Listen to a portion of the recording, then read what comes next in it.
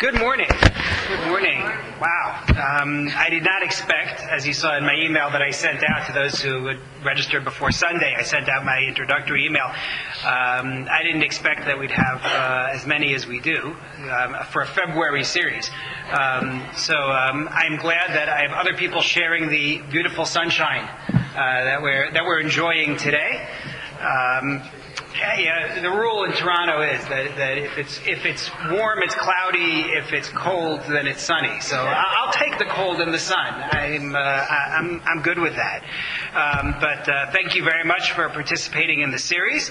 I want to thank Beth Emeth for hosting, and Betty for volunteering to take care of all of the registration and payment beforehand. Betty's a volunteer, so it'd be nice, even if you're not a volunteer, be nice. But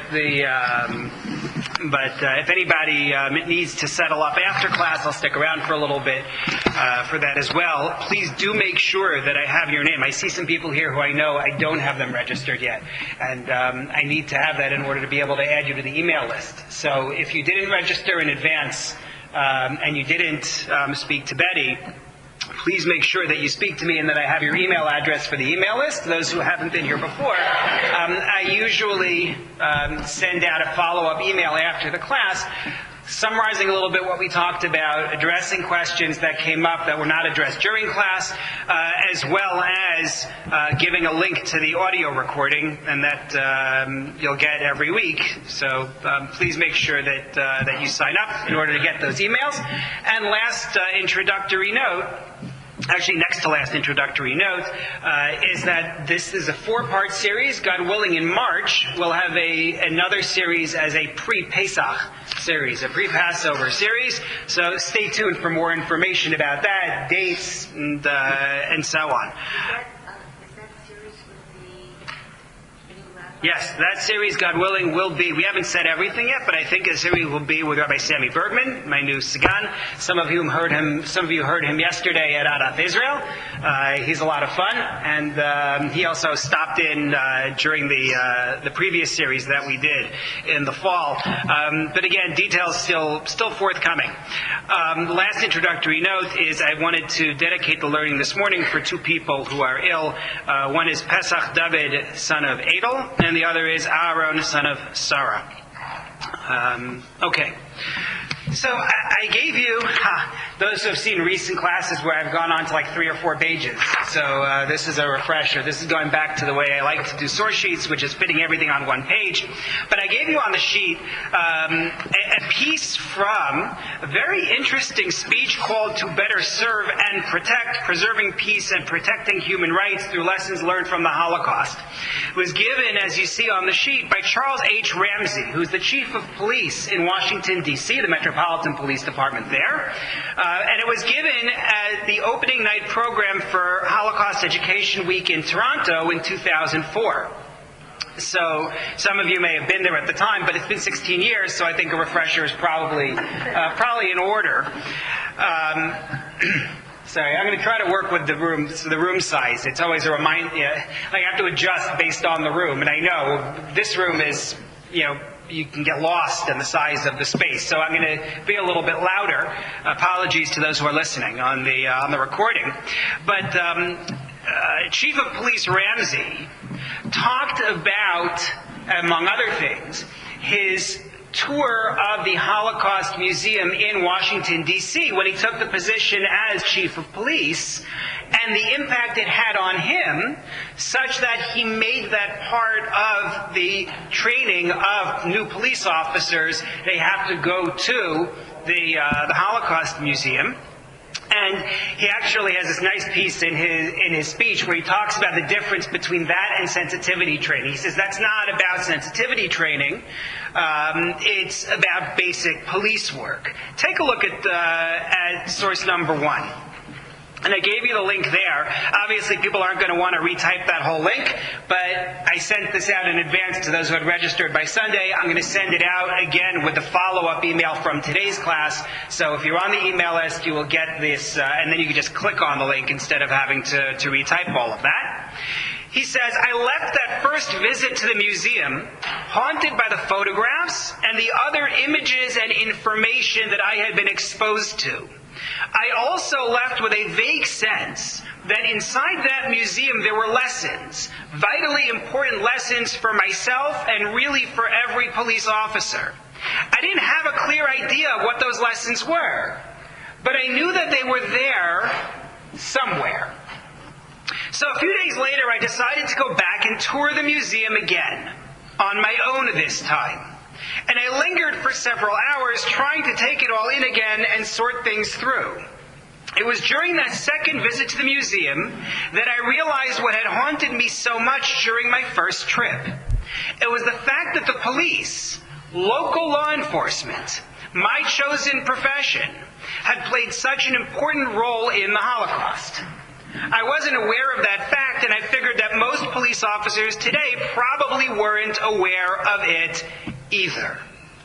What's he talking about when he says that that police had such a role in the Holocaust? What does he mean?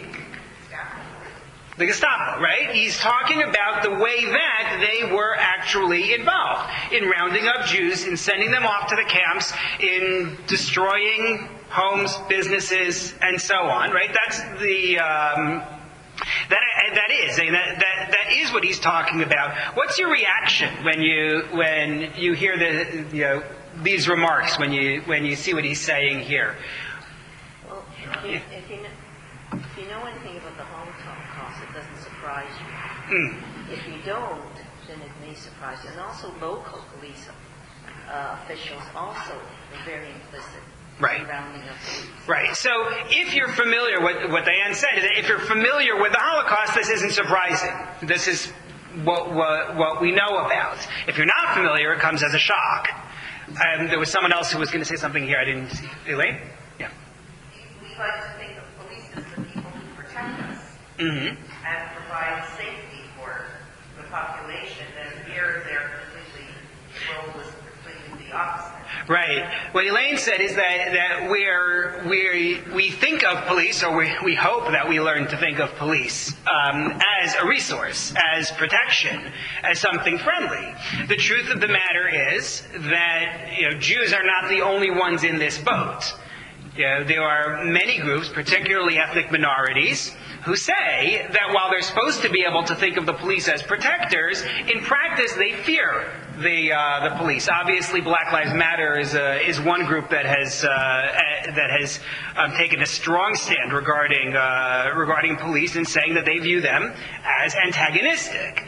And this is nothing that I'm saying is an endorsement of a particular point of view. I'm stating a reality. This is the position that they take, and I think it's true that public perception is that police can and do fall into the trap of either themselves becoming abusive or being used toward that end. Particularly if you have a despot, if you have some kind of a tyrant in control who's going to use the police as an arm of the government that wishes to wield them in that way. At the same time, don't kid yourself, you can't have society without police. There's just no way to do it, right? There's a Mishnah in Pirkei Avot which says that you should pray for the government. If not for fear of the government, each person would swallow up the next. You need somebody there who's going to enforce the law. And for other reasons that we're going to discuss, we're also going to see that the Torah mandates the existence of a police force. So where we're going to have to address, and this is what I hope to deal with in our series, is this basic tension. On the one hand, saying it's dangerous to have people who are put in a position of power and whose job is to enforce the law, and who could, they have the means, use that in a way that is harmful to those who don't have power. And on the other hand, you need them, and they can be not just benign, but they can be the most helpful force within society. They can be an aid to those who are vulnerable. They can be a protector to those who have been victims. And they often are.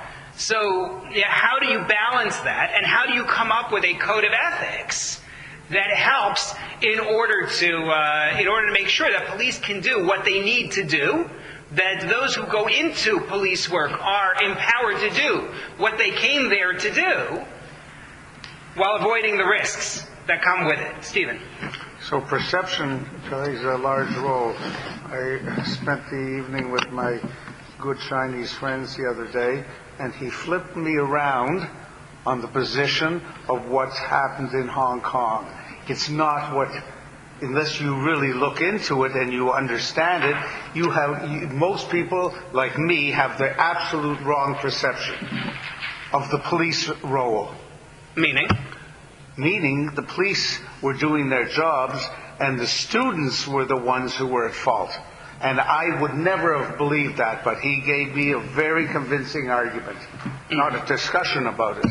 So Stephen points out that when you're dealing with these issues of police versus, it often depends, your view often depends on whom you ask, which side of this you are experiencing.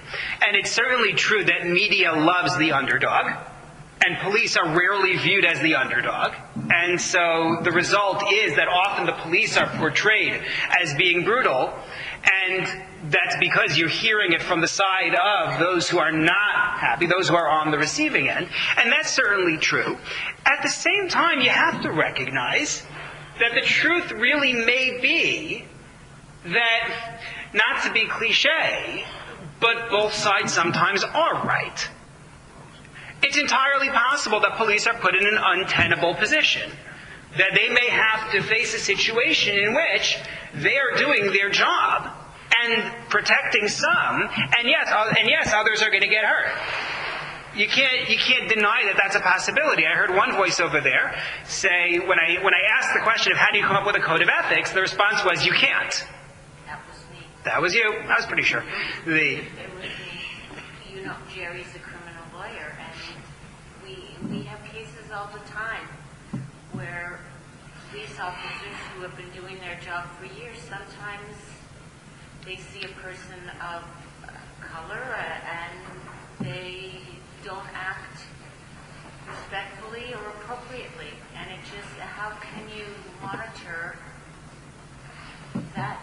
Right. So Betty's point is that realistically, and speaking as the spouse of a criminal defense lawyer, she sees it. There are people who are police for many, many years, and then in a specific situation will act in a way that's inappropriate. And how can you defend against that? But I think it's really important to recognize that our goal is not, and this is true across the board when it comes to policy matters, our goal is not to be 100% successful.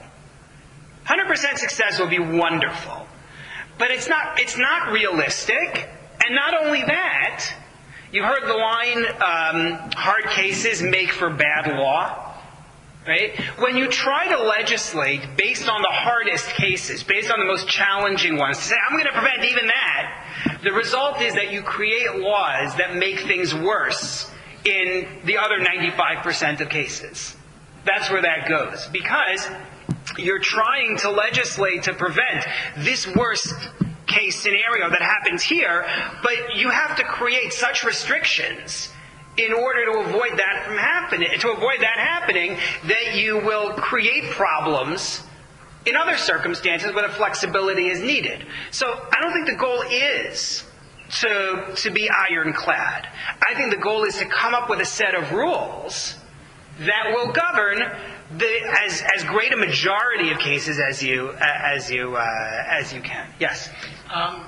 Two things in Canada. One is the police issue in Caledon, which is, I don't think they acted properly.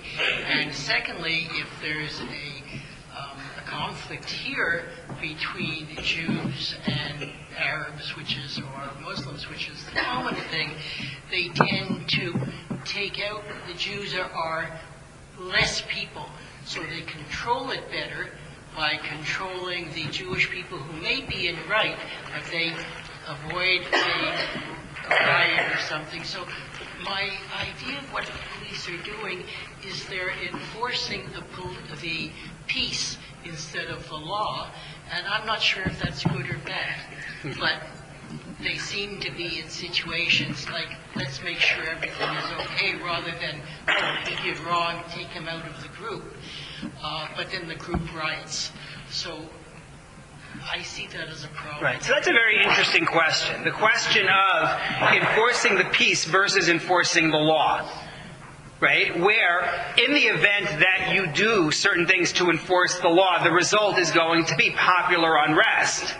And so it's easier to just say, we're going to let certain things go, or we're going to side with this group, maybe they are the majority, maybe they are the loudest, in order to maintain an overall level of calm, even though they're in the wrong legally. So we have to get to that. We have to talk about that. It's an important question. I'm going to go a little bit further with what we have here, just because, there is stuff here. But as I said in the introductory email that I had sent on Sunday, I do want to allow for that kind of discussion because there's a lot that is worth discussing in that regard. Take a look at the second source, please. The second source is from later in the same speech that I quoted in number 1. He says, he's talking here about the impact of Holocaust training on police officers. And he says, the Holocaust training also reminds us that local police must never become so politicized as they were in Nazi Germany, that we exist primarily to carry out the will of political leaders, or to simply look the other way when political agendas or atrocities are carried out. Our power, our authority as police officers come not from the politicians. Our power and authority come from the people. And above all else, our role as police officers is to protect and preserve the rights of the people. The right to assemble, the right to speak, the right to worship, the right to petition and criticize one's government, the right to be secure in our homes, our possessions, and our beliefs. Defending these rights for all people, all of the time, is what ultimately defines us as police officers. And we can never allow those principles to be undermined or eroded. It's a nice applause line. There's nothing here not to like.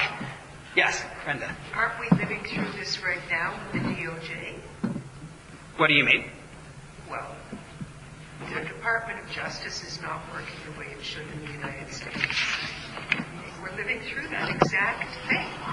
So you're looking at it on a government level. I agree with you that the Department of Justice is supposed to be law enforcement. I've just been thinking about it more on the street level and the police officer. You're taking it up to the government. Yeah, to the government level. So, at least in Canada, the Department of Justice has nothing to do with the police. The police are Solicitor General. That's the beauty of it. Is there's 2 separate ministries. So, and in every province, incredibly encouraged. In my strong desire to avoid discussion about what's going on south of the border, the speech I did not watch last night, and so forth, I want to address the issue of it with separating it from the particular events. But yes, speaking to the main point, I think I've been thinking about it on the micro level.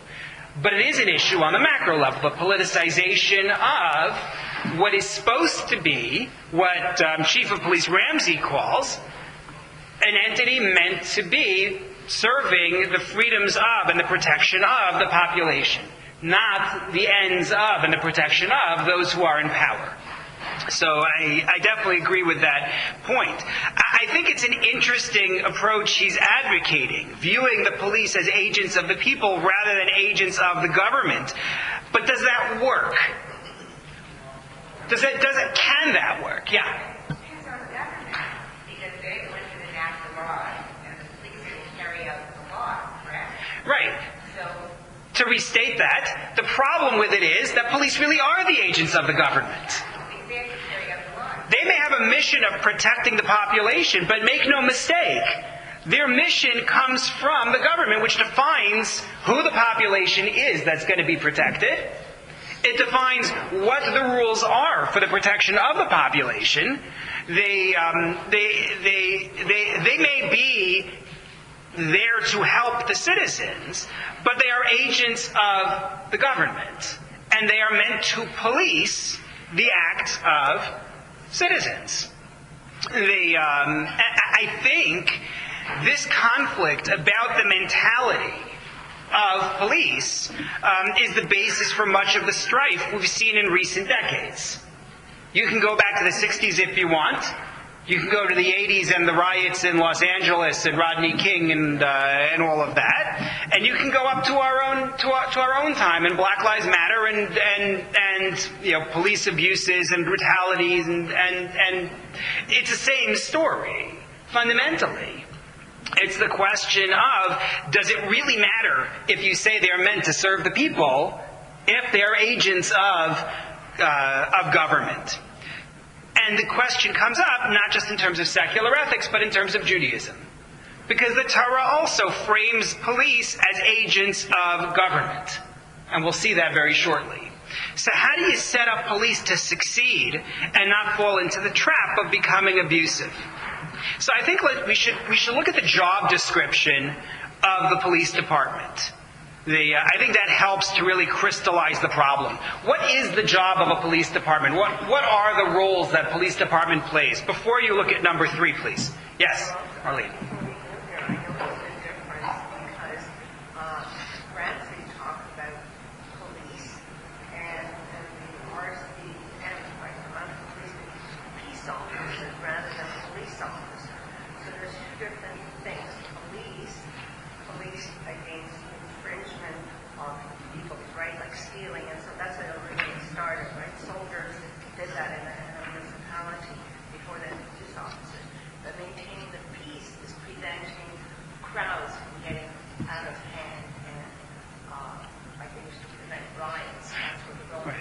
Right. So Marlene makes the point of distinguishing between keeping the peace on the one hand and enforcing law on the other.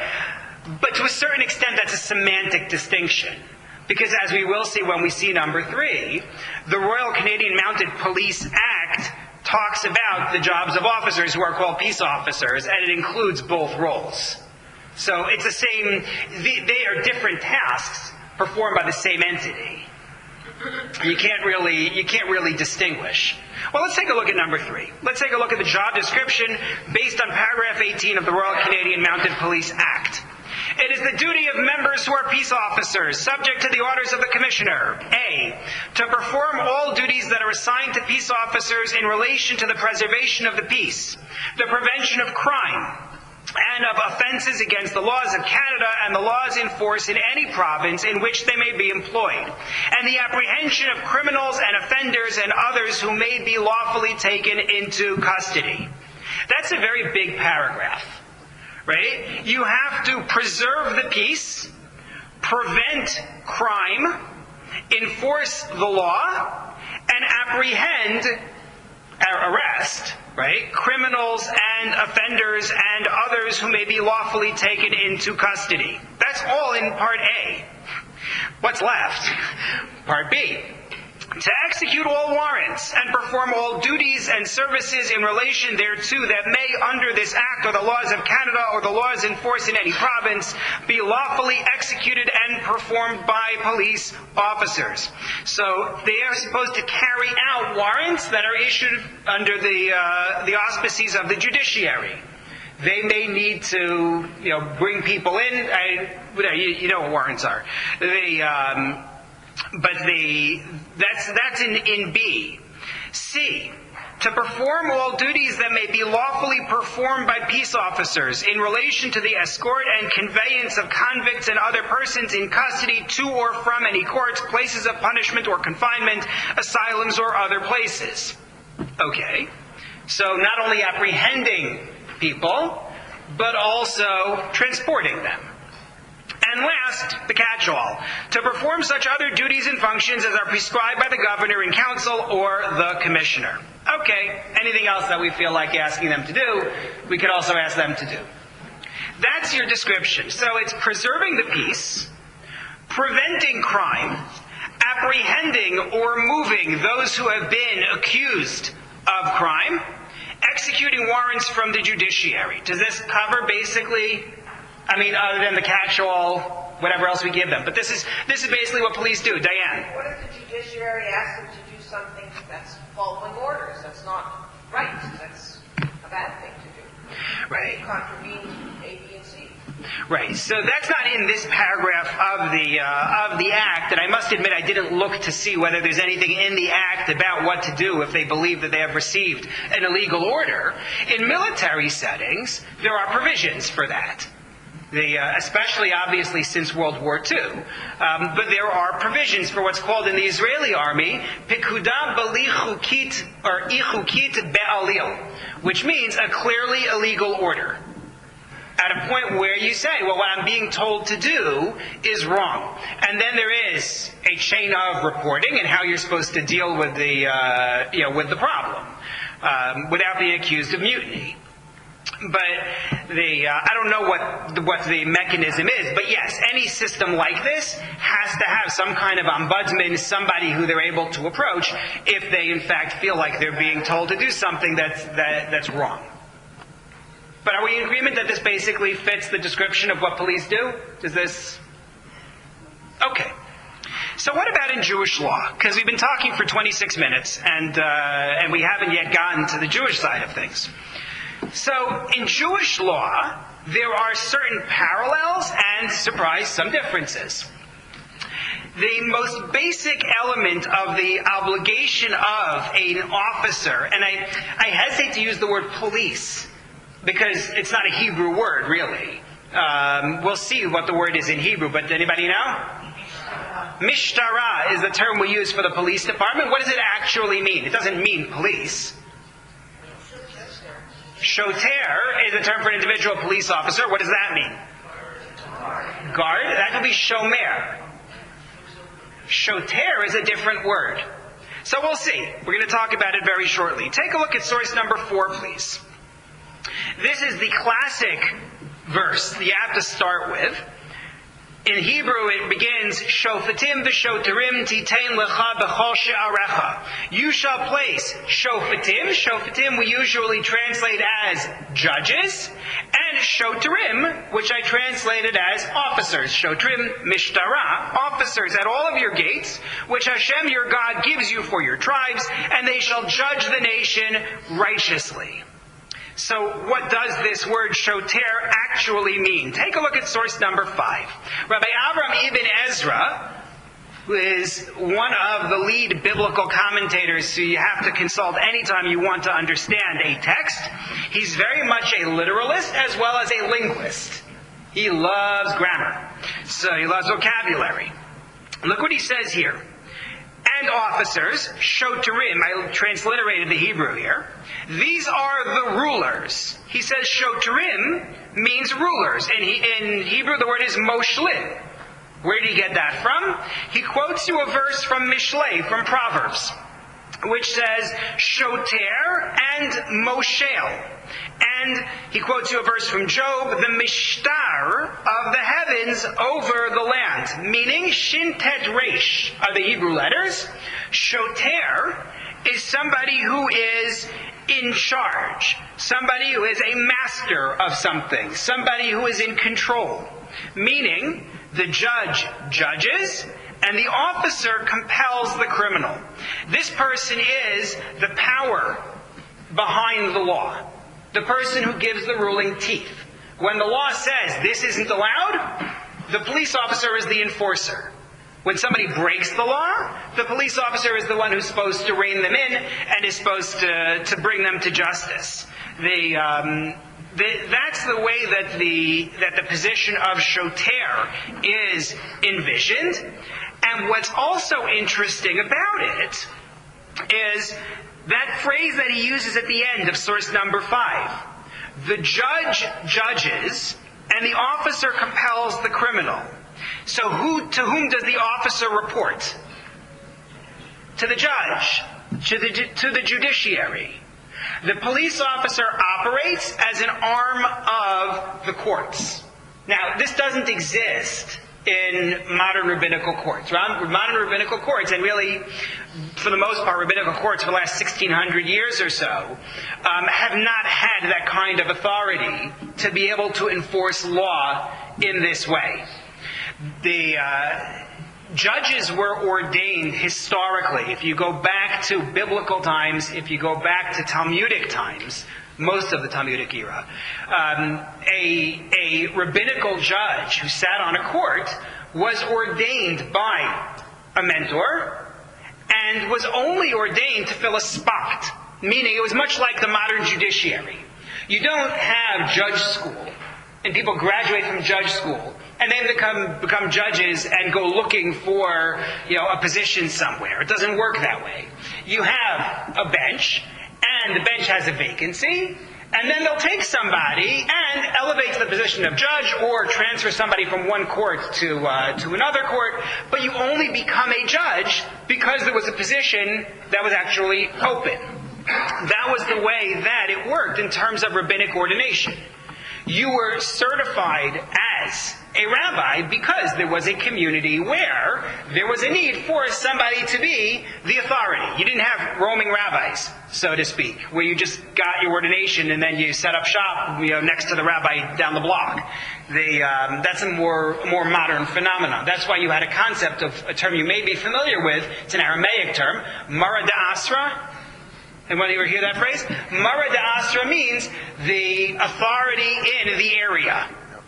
The one who's supposed to answer questions. And that's something that has pretty much gone by the wayside at this point in the Jewish world. Everybody thinks they're the Mara d'Asra. Everybody thinks that they are the one who's in charge. But historically, that was the way it worked. However, in the 5th century, roughly, the Romans succeed in putting a halt to rabbinic ordination.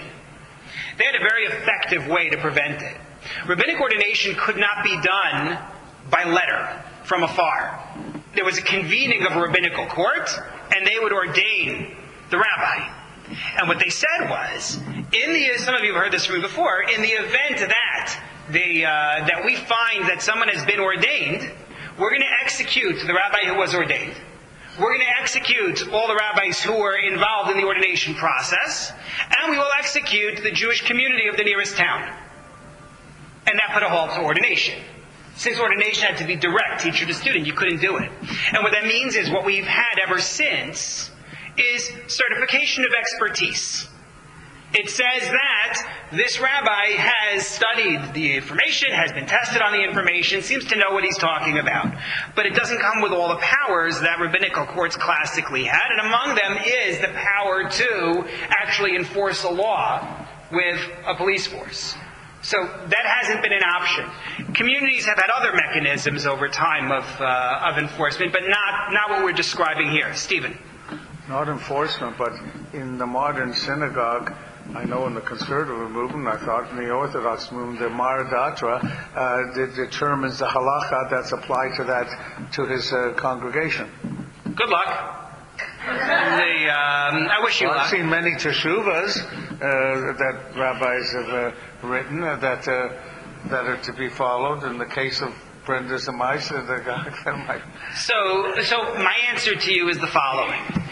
The system of law is available in which there is a rabbinic authority, and yes, people are supposed to go to the rabbinic authority with a question of Jewish law and get a response and carry it out. Absolutely. And I'm sure there is a world in which that's the way things work. However, in the modern age, thanks to a variety of forces, everything from the turmoil of communities post-Holocaust in which communities moved to the same block, but they still identified as their own community, to the fact that you have synagogues that are close together, each of which has rabbis, to the growth of the internet and global communication, so that I don't need to ask my rabbi because I can email somebody online who doesn't know me at all and doesn't know my community, but will be more than happy to furnish an answer. And that's okay also, because I can read 10 articles online and make the answer, draw my own conclusions. The result is that system is the exception in many communities rather than the rule. Not always so. There are communities where it still operates in a more orderly fashion. I am a believer in the idea that I think it should be the way it was.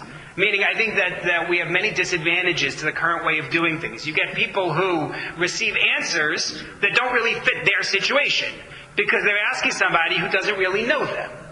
You have situations in which, in one community, people will be practicing a variety of different things, and it creates problems. I can't eat in that person's home. It creates doubt. Why are they doing it this way and I'm doing it that way? Because the people who are answering the questions are not responsible to the community, aren't even aware of what the community is doing. I think it creates all sorts of problems of irresponsibility to do things the way that we do them. Nonetheless, it's a reality that is certainly, I can't speak for the conservative community, but certainly within the Orthodox community, there are many people who will go rabbi shopping and look for the answer that they either like or that they are confident in.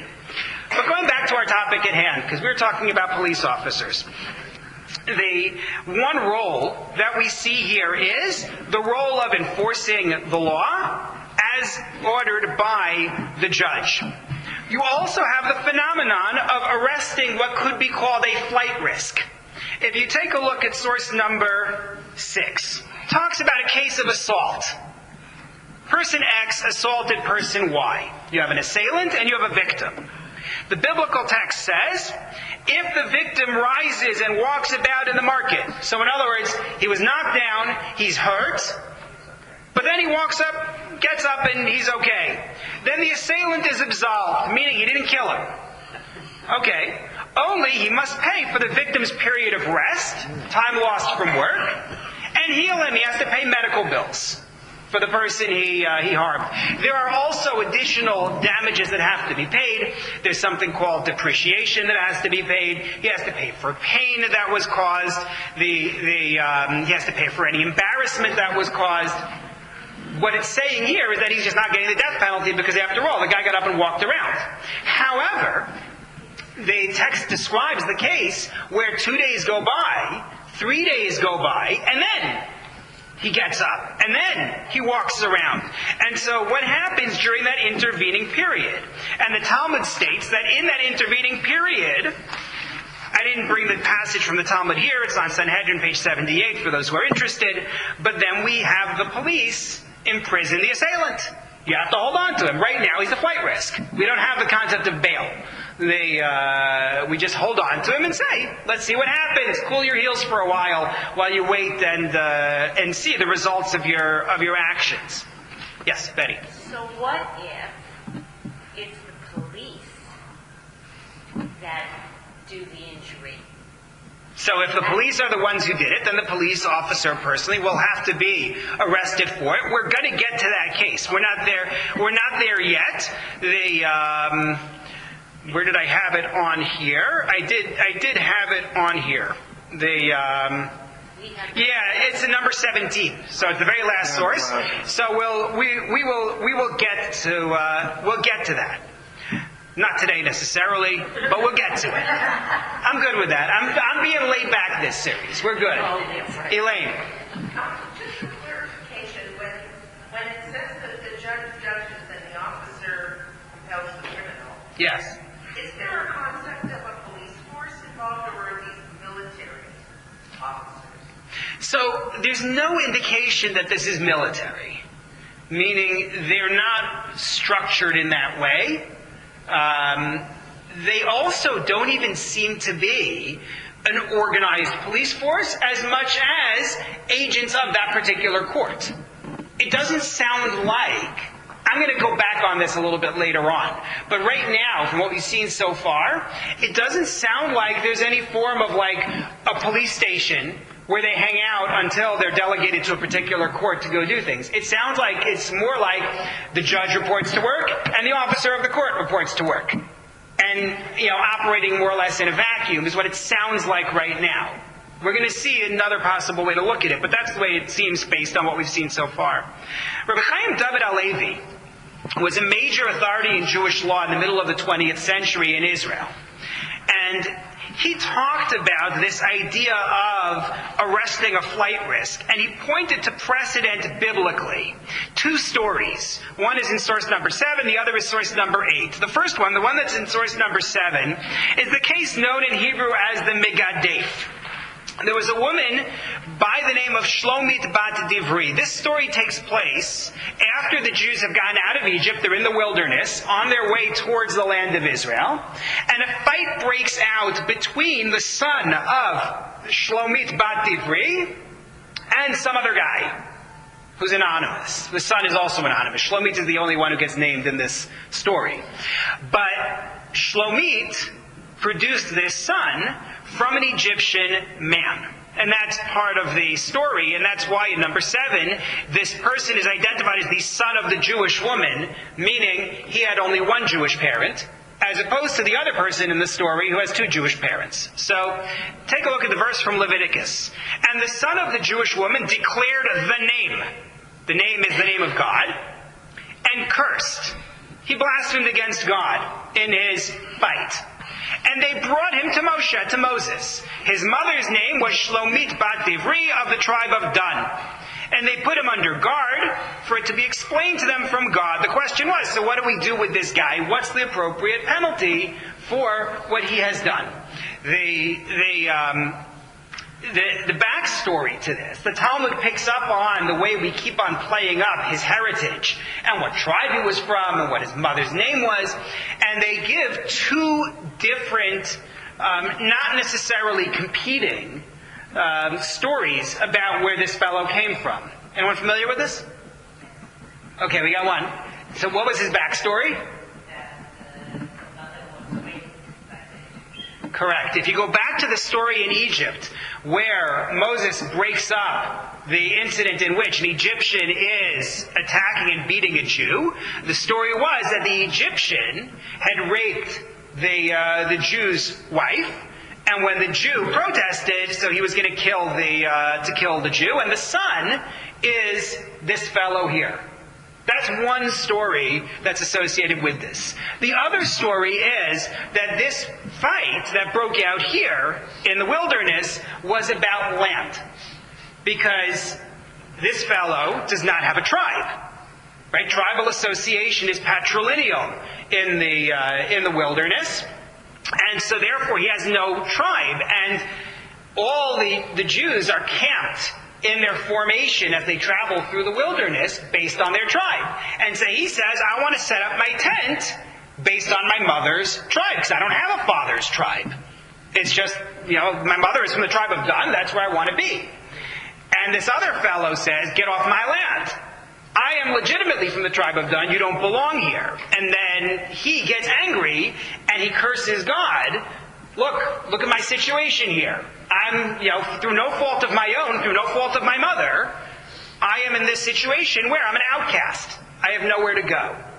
And Dan specifically, because Dan travels last in the wilderness. In their formation, the tribe of Dan is at the end. So he's sort of at the end of the line, and even there he can't find acceptance. It's a tragic story. But that's not why I'm quoting it. I'm quoting it here only because they have to put him under guard. The other case, Mishmar. The other case is source number 8, involving somebody known as the Mikoshesh. Also a very interesting story. There is a man who is not named, who is found, I translated, the verse in number 8 as gathering wood. The word in Hebrew is Mikoshesh, which is a very odd word. Not a straightforward word. It's also used in Egypt when the Jews are gathering straw for bricks, Lekoshesh kash, lateven. So the Talmud has a discussion. Was he transporting wood on the Sabbath, and he was doing it in a public domain, and therefore you're not allowed to transport through a public area on Shabbat? Was it that he was piling up the wood, which can involve a separate prohibition? Was it that he was uprooting the wood? But whatever it was that he was doing in the wilderness, first of all, clearly this is not consistent with the image of being out in a desert where there are no trees growing. Right? They're in some place where there are trees. Yeah, that's right, huh? The answer is that they must have been in some place where there was wood, because otherwise the story doesn't happen. Don't fool yourself into thinking that they're just wandering around sand dunes, all 40 years. There are other events that happen in that period that indicate that no, they weren't only in sand dunes. But in terms of this story, they find him and they don't know what to do. So they brought him to Moshe, to Moses, and to Aaron, and to the whole nation, and they put him under guard for what should be done to him had not been explained. They didn't know what to do, so you needed somebody to watch him. And there's a lot of discussion also. There's backstory on this one as well. Why was he doing this? Maybe his goal was actually to teach people the importance of Shabbat, so he wanted them to see what would happen. That's its own story as well. How we know who he was he tzlafchad, all interesting, but not to the point for our discussion. The second role of the police officer in Judaism is to arrest the flight risk. The third one, I use the term flight risk a little loosely, because really in the wilderness I don't know where he was going, but nonetheless. The third is as an enforcer of Jewish law. And here we have a passage in the Talmud in source number 9. There is a discussion there about the duty to pay back one's creditor. Right? You know that obviously if you take out a loan, if you owe somebody money, you have to pay them. So there's a debate as to whether that actually constitutes a mitzvah, repaying the creditor. Generally, it is assumed that it is a mitzvah. The only question is, which mitzvah is it? Is it about keeping your word when you made a commitment initially? Is it that it's theft if you hold on to the person's money? But if you take a look at the passage here, Rav Kahana says to Rav Papa, within your view that repaying a creditor is a mitzvah, what happens if the debtor says, that's nice, I don't want to do it? So again, there's some debate as to which mitzvah it is. The most basic is you made a commitment at the time that you took out whatever loan it was, or you bought something and said, I'm going to pay you later, and we have a requirement to keep our word. Right. So that is an automatic. Oh, you're asking why it is or is not? Why it is considered a mitzvah. Like to me, that's an automatic that you should be paying him, and why is it a good deed to me? I'm very glad. Right, so I want to be careful in my translation of the word mitzvah. Okay. The word mitzvah means commandment, not good deed. Yeah, okay. So now you follow. That makes sense. Yeah. Okay. What about the Jubilee year, What about the Jubilee year? when all debts are forgiven? So the sabbatical year, which is every 7 years, abolishes debts that are already owed for payment and have not been repaid. It resets credit for any debts that were owed, unless one takes advantage of loopholes that can enable a debt to survive the sabbatical year. And yes, there is indeed such a law. It's a biblical law that says you have to forgive it. At the same time, the Talmud also teaches that the person who borrowed the money should try to pay back the creditor. In other words, the borrower is supposed to go to the creditor and say, I'd like to pay you back. The creditor is then supposed to say, I understand, but the sabbatical year has now abolished the debt. You don't need to pay me. And then the borrower is supposed to say, I understand, nonetheless, I'd still like to pay you back. In other words, what this is meant to do is to reset credit for people who need it, but not to the point of saying, don't worry about it. If you need to take advantage of this, take advantage of it. But we don't want people to actually feel like they have no obligation to their creditor. We also don't want to freeze the credit system, right? We saw what happened in the economy when people wouldn't lend, right? 15, 20 years ago, whatever it was, maybe a little less, when nobody could get credit. The banks stopped lending it didn't happen here as much as it happened south of the border. But it was a disaster. And that's what happens if everybody just says, well, I'm going to wait it out until the end of the 7 years, and at that point I'm just going to wave goodbye to my creditor. Okay, but you're never getting another loan. That's where this is going. So it's the kind of law which you take advantage of in a case of desperation, but you don't actually want to be in that position. You can use the get-out-of-jail-free card once. But the passage in the Talmud here, in source number 9, asks, what if he says, I don't want to perform the mitzvah? And the response that's given as the passage continues in the Talmud is, Kofin al mitzvat aseh, which means you can compel somebody to fulfill a commandment. He says, I don't want to pay. The rabbinical court has within its rights to send in the officer to his property and to confiscate assets and use them for payment of the debt. Now, this is clearly a very dangerous game, because it's not limited to this mitzvah, right? It will apply to other mitzvot. Sukkot is coming, right? Not right now, Pesach is coming instead, but eventually Sukkot will be coming. There is a mitzvah of getting, the arba minim, the 4 species. Costs a little bit of money. Somebody says, I'm not interested. I don't want to do it. Rabbinical court says, we have a mandate. We are able to coerce somebody to fulfill a commandment. So we're going to go send the officer, and he is going to go take some money for them, purchase the 4 species, and hand it to them and say, here, take these. I'm not sure everybody's entirely comfortable with that idea. His. No. The person who is refusing to fulfill the mitzvah. They take his assets. Yeah. He doesn't have it. So if he doesn't have any, he's exempt anyway. He's not responsible for the mitzvah if he doesn't have the means. They're talking about where the person has the means. But you can go much further with this. I'm only bringing these as examples because it's important to understand that enforcement of religious law was also part of the role of this officer, and not only straightforward religious law, but public morality in general. Take a look at source number 10. This is always entertaining.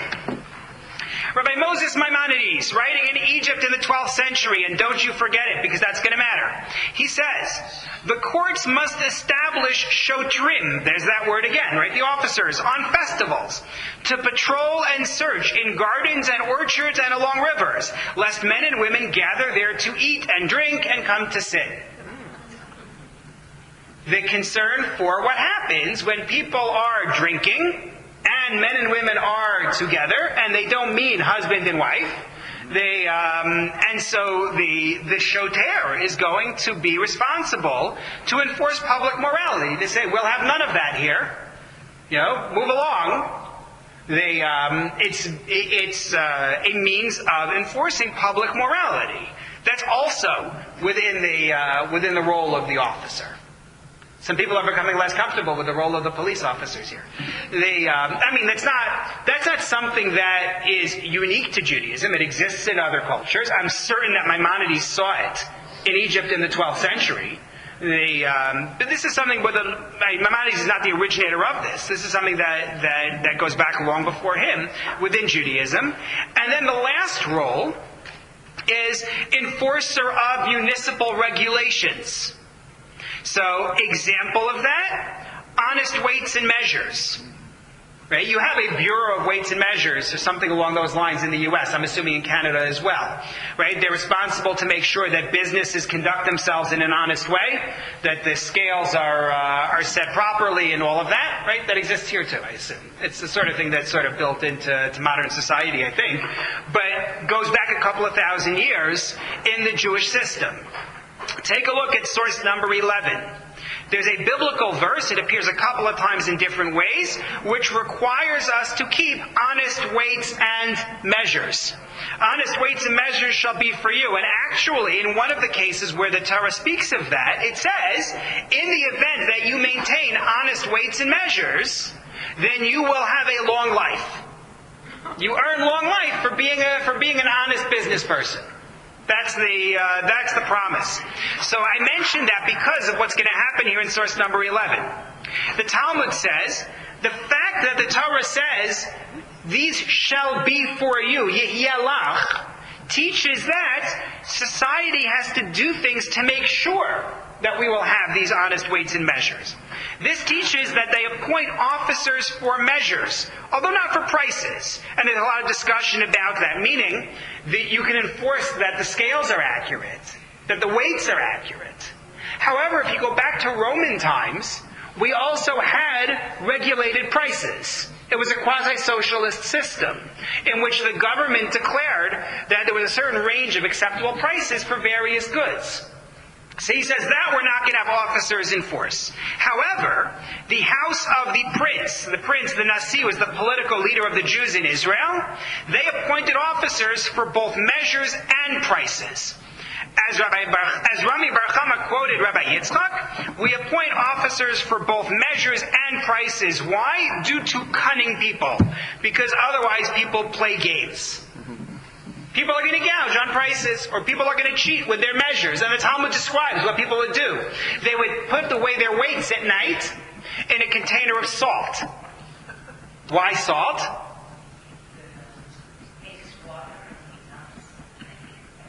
So that's interesting. I wouldn't have thought I didn't think of the water thing. You're a better cheater than I am. I just assumed it would corrode the weight. It would corrode the metal. Sorry? It makes it lighter. Exactly. So you're telling everybody, I'm giving you a measure of whatever it is, but in fact, your measure is light. And therefore, you're not giving them what they purchased. I didn't think about the water one. That's an interesting possibility as well. And indeed, this is a matter of a matter of law brought in Maimonides, brought in the Code of Jewish Law to have this sort of protection. I believe Rama'im, some version of Rama'im is what's brought there. Mipnei HaRama'im. The Talmud Yerushalmi, the Jerusalem Talmud, makes sure that you understand that enforcement of municipal law is not viewed as a separate secular responsibility. Rather, it's viewed as a religious responsibility. Take a look at source number 12. The Jerusalem Talmud quotes you the verse in Leviticus. Leviticus 19:36 says, just scales, just stone weights, and so on you shall have. The sages said, for any mitzvah, like this one, where the reward is biblically stated beside it, the words in brackets are words that I added just because the sentence flows better, the courts do not enforce it. Meaning, if the Torah says, do this and you'll have a long life, then the court says, well, we don't need to enforce it. They already promised long life. Of course they're going to stick to it. To which they ask, but wait a minute, Deuteronomy says, honest weights and measures shall be for you, the verse we quoted in number 11, which we interpret to mean you're supposed to set up enforcing officers for this. And yet you would say this? So their statement is, I don't care that the biblical text promised a reward. You better put police officers out there anyway. Not everybody is going to put the biblical reward ahead of what they conceive to be their financial interest. So you're better off, have the officers, and if they have nothing to do, that'll be nice.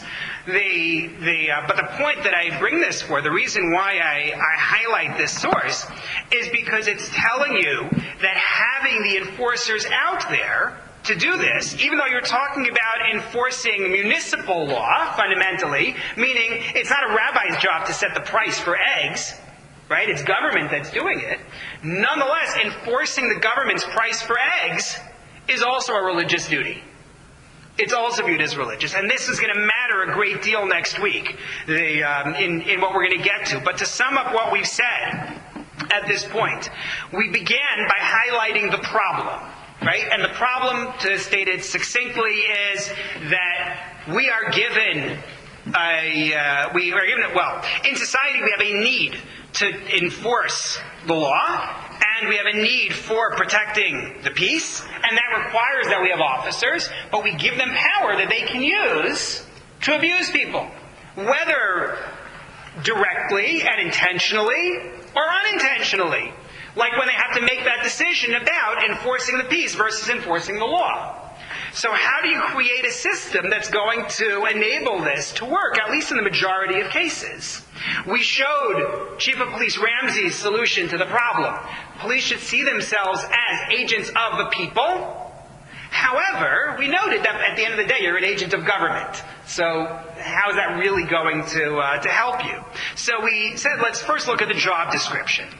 And the job description of the police department under the Royal Canadian Mounted Police Act is to preserve the peace, to preserve the law preventing crime, to apprehend the accused, to move them from place to place, to execute warrants from the judiciary.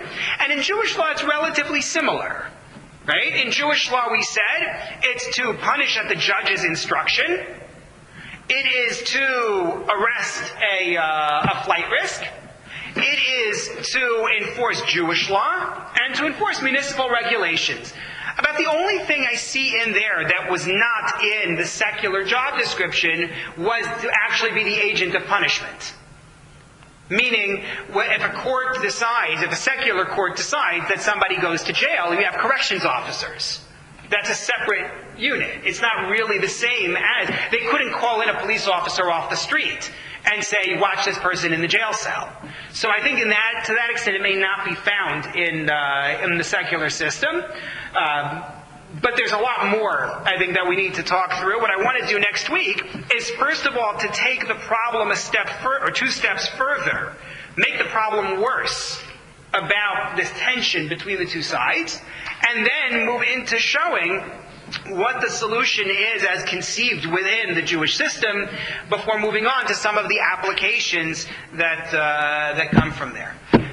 Thank you very much. I'm going to stick around again for anybody who needs to register, get themselves on the email list, pay. As I say always, I just want to make sure to note this, as I always say with this, if a person finds paying for the class a hardship, I'd rather that you sign up and that you be receiving the emails and here in the classes getting the notifications, even if the $10 a week is difficult. Thank you very much.